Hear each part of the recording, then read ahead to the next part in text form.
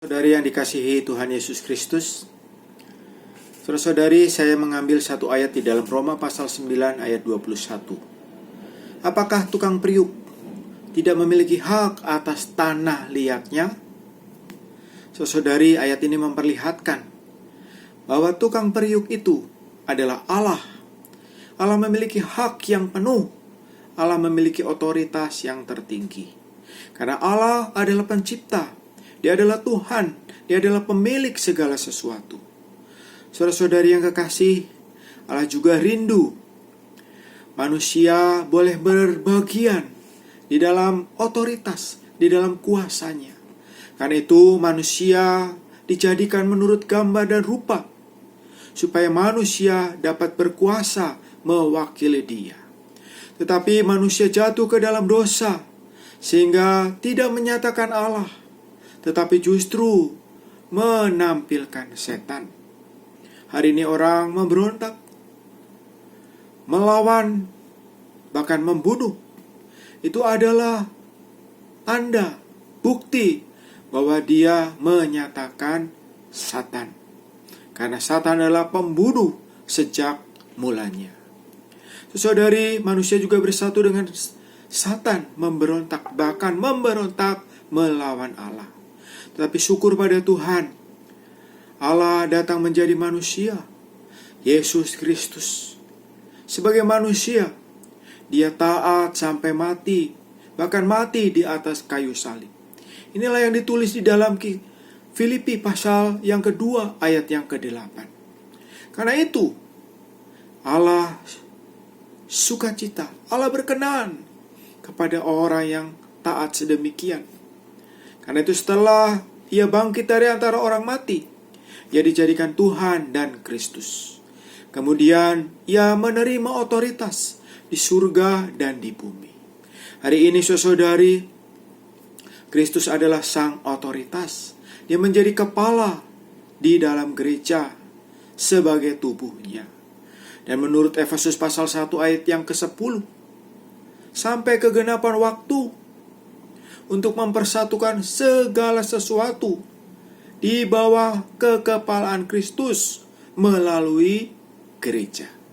Hal ini menunjukkan, saudara-saudari, bahwa gereja juga akan berbagian di dalam otoritas, di dalam pemerintahan Allah. Saudari, Kristus tidak terlihat. Namun hari ini Tuhan menetapkan wakil otoritas yang kelihatan. Di dalam rumah tangga ada orang tua, ada suami. Di dalam sekolah ada guru, ada kepala sekolah.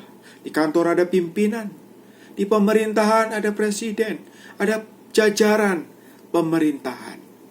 Karena itu saudari, kita harus menjadi orang yang taat kepada otoritas ini. Demikian juga di dalam gereja. Karena gereja bukanlah organisasi, melainkan gereja adalah tubuh Kristus, berhubungan dengan hayat. Karena itu otoritas di dalam gereja berasal dari penghormatan atas kekepalaan Kristus. Saudara-saudari, Allah di dalam Roh Kudus menetapkan para penatua. Di dalam Kisah Rasul pasal 20 ayat yang ke-28. Tetapi di dalam pasal 14 ayat yang ke-23, Rasulullah yang menetapkan para penatua. Ini menunjukkan bahwa para rasul adalah wakil otoritas Allah di dalam gereja-gereja hari ini. Sedangkan penatua adalah otoritas di dalam gereja. Saudara-saudari yang kekasih, di dalam Wahyu pasal 22 ayat yang pertama dan kedua, kita melihat ada tahta Allah dan anak domba. Dan dari tahta itu mengalir sungai air kehidupan. Dan di seberang menyeberang sungai itu ada pohon kehidupan yang berbuah 12 kali tiap-tiap bulan sekali. Saudara-saudari, ketika kita hidup di dalam ketaatan, membiarkan Allah di dalam hati kita bertahta, maka kita menjadi orang yang bisa menikmati sungai air kehidupan, sungai air hayat yang meleraikan haus kita, yang memuaskan kita. Saudara-saudari, banyak orang tidak puas, karena itu mereka memberontak. Banyak orang menjadi kecewa karena mereka tidak dipuaskan. Namun saudara-saudari, ketika kita taat, ketika kita sepenuhnya ada di bawah otoritas, membiarkan Kristus, membiarkan wakil otoritas memerintah mengatur kita, maka kita menjadi orang yang menikmati suplaian, menikmati kesegaran, menikmati pelerian haus. Saudari, sungai air hayat ini juga mendatangkan makanan, yaitu buah pohon hayat. Saudari, melalui makan buah pohon hayat, kita dikenyangkan, kita dikuatkan, kita bisa maju menempuh hari-hari kita, bahkan berjalan di jalan emas, jalan yang diperkenan oleh Allah. Saudara-saudari, di masa pandemi ini begitu banyak kesulitan, banyak orang menjadi kecewa, banyak orang di dalam kehausan, di dalamnya bergumul meronta. Tetapi kita, saudara-saudari, adalah orang-orang yang ada di bawah otoritas dan membiarkan otoritas pemerintah kita, baik Kristus yang di dalam kita maupun otoritas yang ditetapkan oleh Allah. Kita hidup di dalam rasa puas, rasa damai, penuh kekuatan, bahkan kita menjadi kesaksian. Saudara-saudari, moga firman ini memberkati kita, menjadikan kita orang-orang yang terus membiarkan Dia memerintah kita.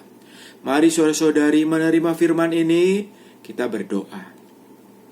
Bapa, terima kasih Engkau adalah Allah Sang Otoritas. Terima kasih karena ketaatan Yesus Kristus. Ia ditetapkan menjadi Tuhan dan Kristus, memiliki otoritas di surga dan di bumi. Oh Tuhan, hari ini Engkau pun menetapkan wakil otoritas, baik di dalam gereja, di rumah, di sekolah, di kantor, di dalam negara ini. Bawalah kami belajar seperti diri-Mu. Tuhan taat, Tuhan patuh, membiarkan sang otoritas memerintah, membiarkan Allah bertahta di dalam hati kami. Tuhan, sehingga kami menjadi orang yang diberkati. Kami rindu diberkati. Hidup kami penuh dengan kekuatan, penuh dengan kesegaran, bisa berjalan bahkan menjadi kesaksian. Terima kasih Tuhan untuk firman-Mu. Segala hormat mulia bagi-Mu. Dalam nama Tuhan Yesus. Amin.